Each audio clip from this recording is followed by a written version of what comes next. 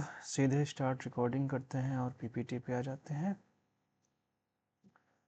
नमस्कार साथियों, शिक्षा शास्त्र की एक और क्लास में आप सभी का स्वागत करता हूं। मेरा नाम है एनके। चैनल पे जितने भी लोग हो चैनल को लाइक सब्सक्राइब जरूर शेयर कर दीजिए, क्योंकि एजुकेशन का टॉपिक यहाँ रेगुलर अपडेट होता है। हम लोग टू एंड सेम के अकॉर्डिंग, कहाँ गया मेरा, एक सेकेंड, टू एंड सेम के अकॉर्डिंग हम लोग कवर कर रहे हैं और टॉपिक हम लोग का हायर एजुकेशन है। आप चाहे फिर इसमें बीए के स्टूडेंट हो, बीएड है, या आपका पीजी एजुकेशन है या एमएड है, हेल्पफुल आपके लिए बराबर है, क्योंकि ये सारे टॉपिक हर जगह आपको पढ़ने हैं। ठीक, तो अभी तक इनमें हमने पहले इसका हिस्टोरिकल बैकग्राउंड चेक पढ़ चुका, सॉरी चेक नहीं, पढ़ चुके हैं। ठीक, उसके बाद फिर इसमें से हम लोगों ने अभी पढ़ लिया, लास्ट क्लास में क्या पढ़ा था,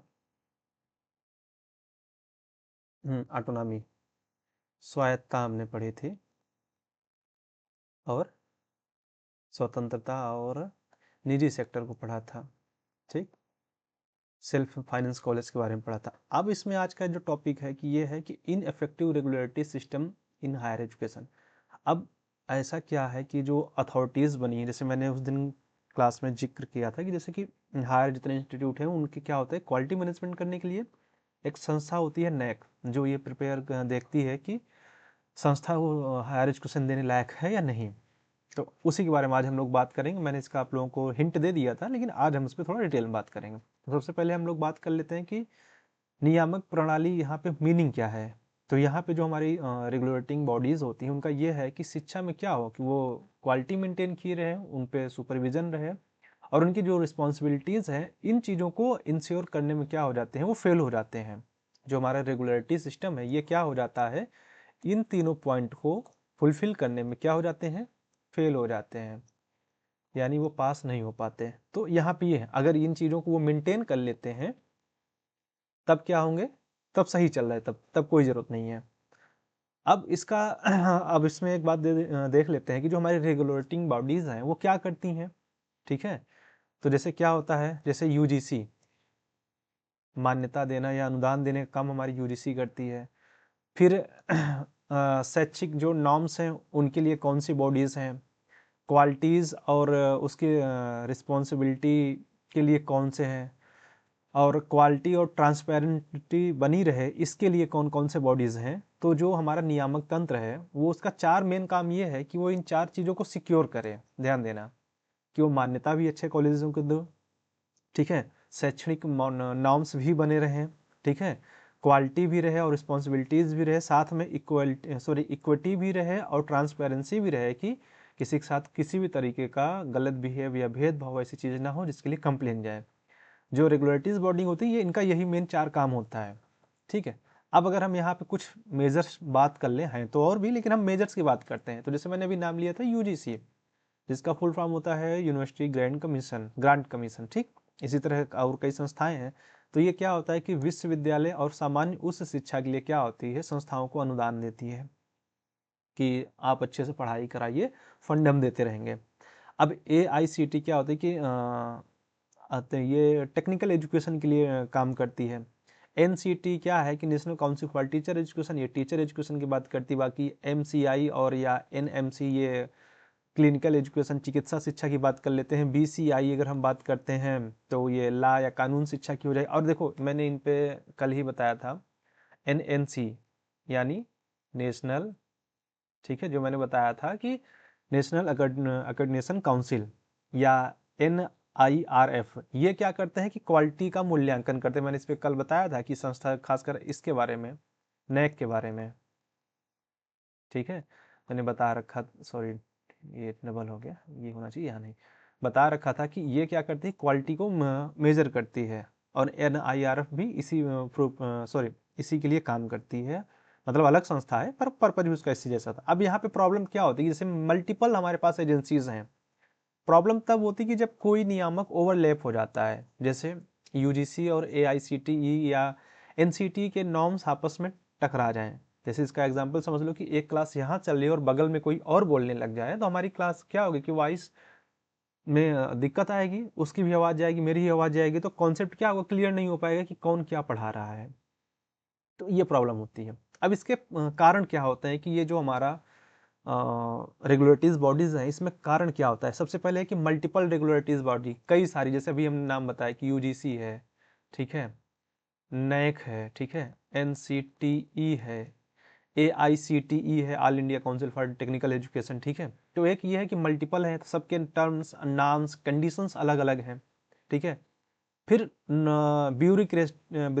सॉरी नौकरशाही, या कह सकते हो कि ब्यूरोक्रेटिक्स डिले, क्योंकि एक चीज होता है कि जब यहाँ से यही होता है ना कि जैसे बजट पास हुआ तो यहाँ आते आते देर हो जाती है, ठीक है। पारदर्शिता की कमी है, लैक ऑफ ट्रांसपेरेंसी की, हम लोगों को पता नहीं चल पा रहा है कि जो चीजें आ रही हैं वो एक्चुअली में वही यही पास हुआ था या कुछ और पास हुआ था। फिर है पॉलिटिकल इंटरफेरेंस, जैसे कि अभी लास्ट ईयर क्या किया गया था कि कुछ सब्जेक्ट्स में से, जैसे कि हायर एजुकेशन के लिए जो मिनिमम क्वालिफिकेशन होते हैं असिस्टेंट प्रोफेसर बनने के लिए, वो नेट होता है। तो कुछ स्पेसिफिक सब्जेक्ट्स में उसकी जगह टर्म एंड कंडीशन लगा कि नेट खत्म कर दिया गया है, यानी नेशनल एलिजिबिलिटी टेस्ट को हटा दिया गया है। अब उसका ये होगा कि उन्होंने स्पेसिफिक टर्म एंड कंडीशन दी है, वहां पे ज्वाइनिंग वो किसी के भी करा सकते हैं। ऐसा होना नहीं चाहिए, लेकिन उन्होंने उसके भी कुछ टर्म एंड कंडीशंस रखे हैं। अब यहाँ पे अगर कोई उस टर्म एंड कंडीशन को फुलफिल कर लेता है एनी हाउ, उसने चाहे जैसे मैनेज कर लिया, तो उसकी ज्वाइनिंग हो जाएगी। जबकि ये क्या है कि भाई ये आपको एग्जाम क्वालिफाई करना पड़ेगा, तभी ऑल ओवर इंडिया में आप असिस्टेंट प्रोफेसर का फॉर्म भरने के लिए एलिजिबल होंगे। तो उसके ये कारण क्या है? इन चीज़ों की जो हमारी रेगुलेटिंग बॉडीज अगर फेल हो रही हैं, क्यों हो रही? क्योंकि मल्टीपल हैं, और ऊपर से नीचे आते आते प्लान में देरी हो जा रही है, ट्रांसपेरेंसी की कमी है, और पॉलिटिकल इंटरफेरेंस तो है ही। अब इसका प्रभाव क्या पड़ रहा है, इन चीज़ों का इफेक्ट क्या पड़ रहा है? सबसे पहले एकेडमिक स्टैंडर्ड्स लो होते जा रहे हैं, शैक्षणिक स्तर में गिरावट आता जा रहा है। शिक्षा क्या हो जा रहा है? कमर्शलाइजेशन हो जा रहा है एजुकेशन का। आज देखो कि जितने ज़्यादा कॉलेज हैं उतने ही ज़्यादा कोचिंग इंस्टीट्यूट है। क्यों है भाई?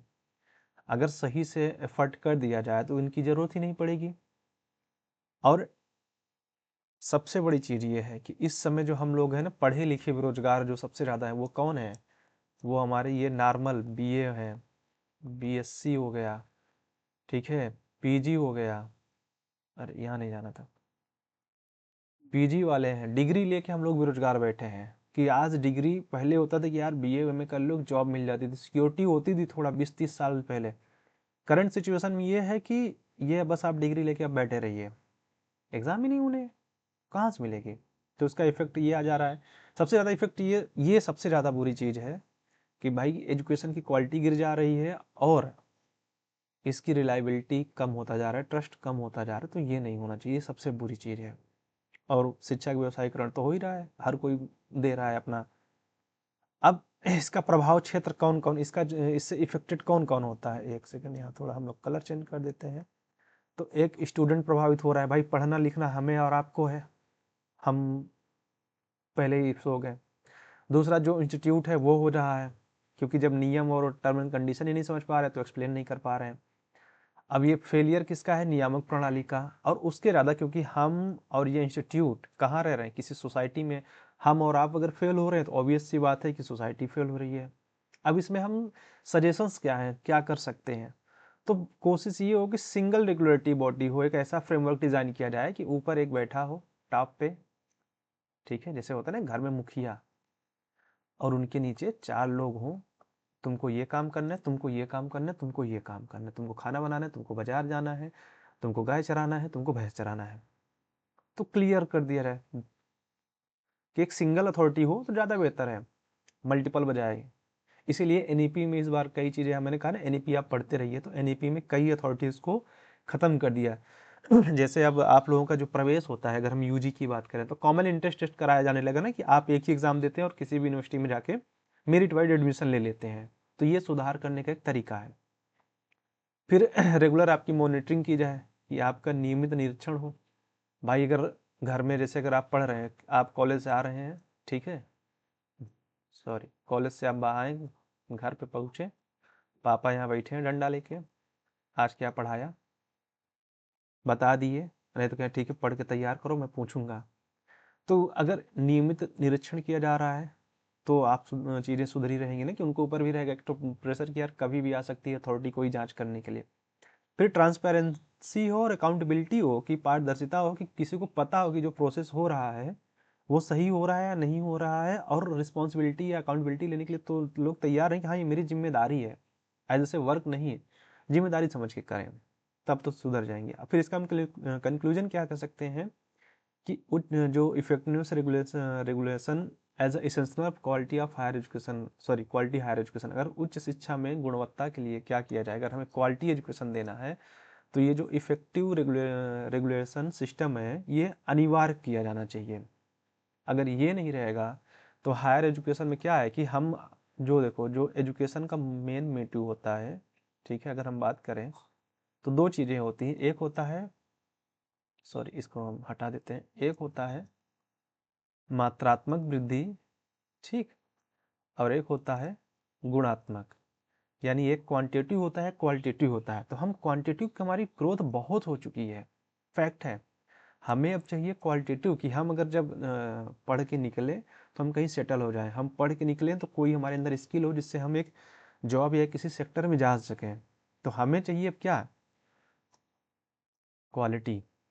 मात्रात्मक हम लोग बहुत हैं भाई, बहुत ज़्यादा बड़ी मात्रा में, जिसे देखो हर घर में होगा कि अगर 4 बच्चे हैं, 4 में ग्रेजुएशन तो सब करके बैठे हैं। तो ये एजुकेशन का पर्पज़ नहीं रह जाए। तो इसीलिए क्या है कि जो रेगुलेटरी सिस्टम्स हैं, फिर वो चाहे यूजीसी हो, चाहे नेक हो, ठीक है, चाहे एनसीटीई हो, चाहे एआईसीटीई हो, कोई भी हो, इनमें ट्रांसपेरेंसी होना चाहिए, इनका रेगुलर मॉनिटरिंग किया जाना चाहिए, और ये अपनी चीज़ों के लिए रिस्पॉन्सिबिलिटी लें कि हाँ ये मेरी जिम्मेदारी, मैं इसको करूँगा, एज अ वर्क नहीं, एज अ रिस्पॉन्सिबिलिटी, अकाउंटेबिलिटी, तो चीज़ें सुधर जाएंगी। अन्यथा रेगुलेटर जो हमारा सिस्टम है वो फेल ही होता, अच्छा पीपीटी खत्म है, वो फेल होगा। तो ये नहीं है। तो यहाँ पे क्या होगा कि आपका हायर एजुकेशन यूनिट 3 खत्म हो गया। अब अभी मैंने इनमें जितनी संस्थाएं बताई हैं, चाहे यूजीसी हो, चाहे नैक हो, या एआईसीटी हो, एनसीईटी हो, ठीक है, और हाँ निर, ये यूनिवर्सिटीज़ को रैंक देता है, ठीक है। वो देखिए ध्यान देना कि नैक क्या करता है, ग्रेड देता है, ये ग्रेड देता है, और ये रैंक करता है कि आपकी किस रैंक पे हो, पहले पे हो, दूसरे पे हो। तो इससे भी आपकी क्वालिटी इंश्योर होती है ना, अगर आप टॉप 10 में है तो आप अच्छी यूनिवर्सिटी है, टॉप 100 में तो उससे टॉप 200 से बाहर है तो आप बहुत बुरी स्थिति में ना। तो इन सारी चीज़ों को, अगर इनमें किसी भी टॉपिक पे आपको डिटेल वीडियो चाहिए तो कमेंट कर देना, तो मैं एक एक अथॉरिटी आपको बता दूंगा कि यूजीसी का प्रॉपर काम क्या है, नेक का क्या है। नेक के बारे में मैंने बता दिया है। फिर बचती है एनसीटी, एआईसीटी, ऐसे बहुत सारी संस्थाएं हैं। तो अगर अभी मैंने जो बताया हायर एजुकेशन जो रिलेटेड, अगर उनमें किसी पे चाहिए तो कमेंट कर देना। बाकी हम मिलते हैं आप लोगों से नेक्स्ट क्लास में, तब तक के लिए थैंक यू। और जितने भी लोग देख रहे हो इसको यार शेयर सब्सक्राइब कराओ। इसीलिए मैंने अब सिर्फ डायरेक्ट मैं वीडियो डाल देता हूँ कि अब यहीं से ग्रो हो, देखते हैं कहाँ तक जाते हैं। इसीलिए पर्सनली अब किसी के पास शेयर नहीं कर रहा हूँ। तो इसको ज़्यादा से ज़्यादा शेयर और सब्सक्राइब कराना आपकी जिम्मेदारी है, पढ़ाना मेरी जिम्मेदारी है। और मैं चीज़ें दूंगा, और जिसको अगर कोई डाउट है तो वो टेलीग्राम चैनल पे जुड़ के टेक्स्ट के लिए बात कर सकता है, या चाहे तो समय हो तो आप एज चैट कॉल जैसे लगेगा कि कोई टॉपिक आपको डाउट है तो वो हमसे पूछ सकते हैं, वो आपका क्लियर कर दिया जाएगा। ओके, सो थैंक यू, मिलते हैं आप लोगों से नेक्स्ट क्लास में।